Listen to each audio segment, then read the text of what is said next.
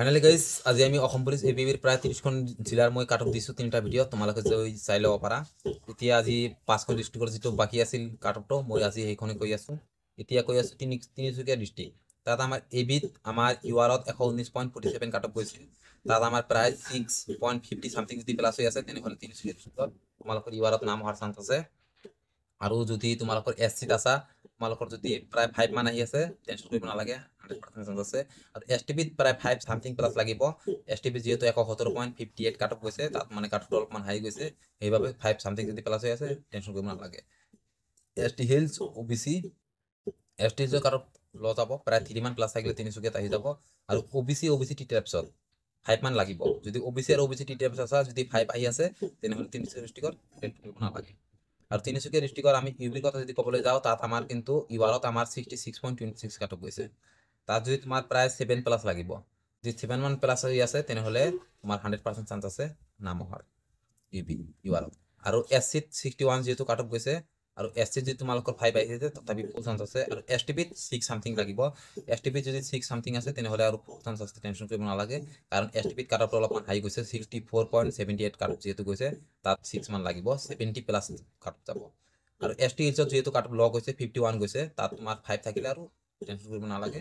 OBC 65.18 যিহেতু cut off গৈছে, OBC আৰু OBC টি ট্ৰাইবছ এই দুটাৰ প্ৰায় তোমালোকৰ 5.50 বেছি লাগিব, প্ৰায় 6ৰ ওচৰে পাঁচৰে কাট অফটো যাব OBC আৰু OBC টি ট্ৰাইবছৰ।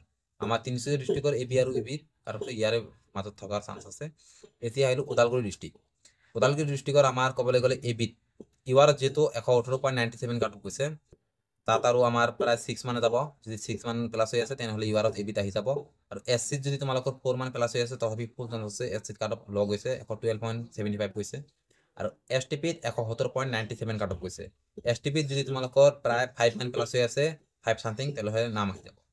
আৰু ST হিলছত তোমালোকৰ 4 মান থাকিলে আহি যাব, কাৰণ কাট অফ ল গৈছে ST হিলছত 84.70 কাট অফ গৈছে।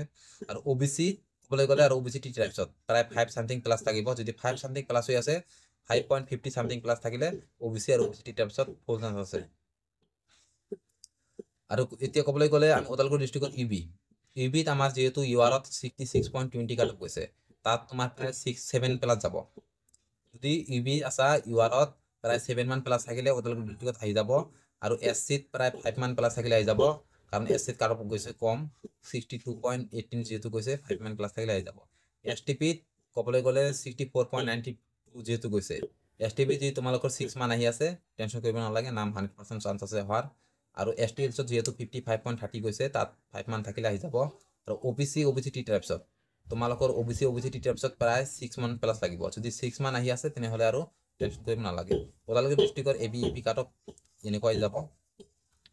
এতিয়া আহিলোঁ west Karbi Anglong.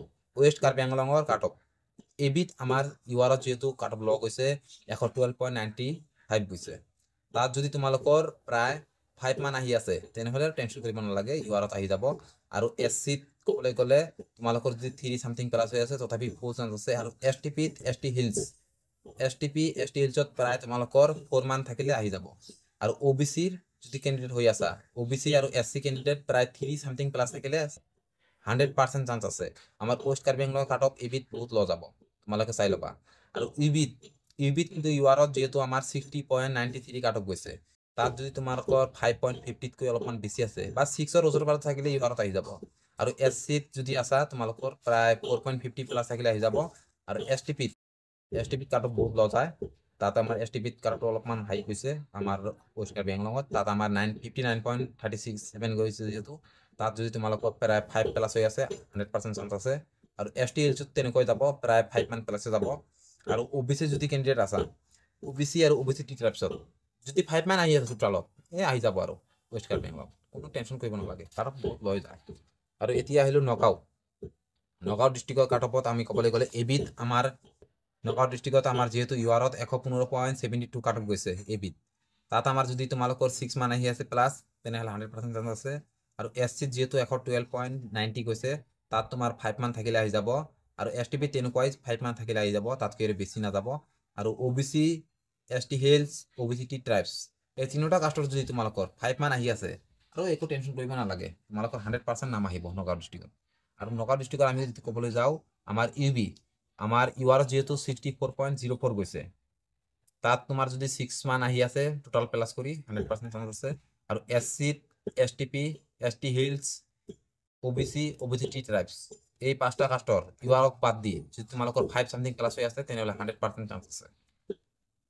Nagaon district cut off এনেকৈ যাব, বাট অলপমান কম বেছি হ'ব পাৰে, পাৰ্চেণ্টেজ হ'ব। এতিয়া আহিলো নলবাৰী ডিষ্ট্ৰিক্ট। নলবাৰী ডিষ্ট্ৰিক্টৰ আমি এবি যেহেতু আমাৰ ইউআৰত 117.77 গৈছে কাট অফ, তাত যদি তোমালোকৰ 6 সামথিং ক্লাছ হৈ আছে তেনেহ'লে 100% চান্স আছে। আৰু এফসি যেহেতু 116.50 গৈছে, তাত তোমাৰ 5 সামথিং ক্লাছ লাগিব। আৰু এসটি হিলছত যেহেতু 113.95 কাট অফ গৈছে, এসটি হিলছত প্ৰায় তোমালোকৰ 4 সামথিং ক্লাছ যাব। আৰু ওবিসি কেনেকৈ যাব, প্ৰায় 4 সামথিং ক্লাছ যাব নলবাৰীত। আৰু ইবিত আমি ক'বলৈ গ'লে নলবাৰীত আমাৰ যেহেতু ইউআৰত 65.12 গৈছে, 65.12 যেহেতু কাট অফ গৈছে, তাত তোমাৰ 6 সামথিং ক্লাছ লাগিব নলবাৰীত। আৰু যদি এসসিত আছা, এসসিত তোমাৰ 5 সামথিং ক্লাছ থাকিলে আহি যাব। আৰু এসটিপিত 5 মান থাকিলে আহিব। এসটিপি আৰু ওবিসিত 5 মান থাকিলে আহি যাব। আমাৰ এই 5খন ডিষ্ট্ৰিক্টৰ আজি কাট অফটো দিলোঁ। আৰু আগত মই 3টা ভিডিঅ'ত মই 30খন ডিষ্ট্ৰিক্টৰ কাট অফ দি দিছোঁ, এবি আৰু ইবি কাট অফ। মানে মোৰ এইটো এক্সপেক্টেড কাট অফ হয়, ইয়াৰ ভিতৰত থকাৰ এটা চান্স আছে।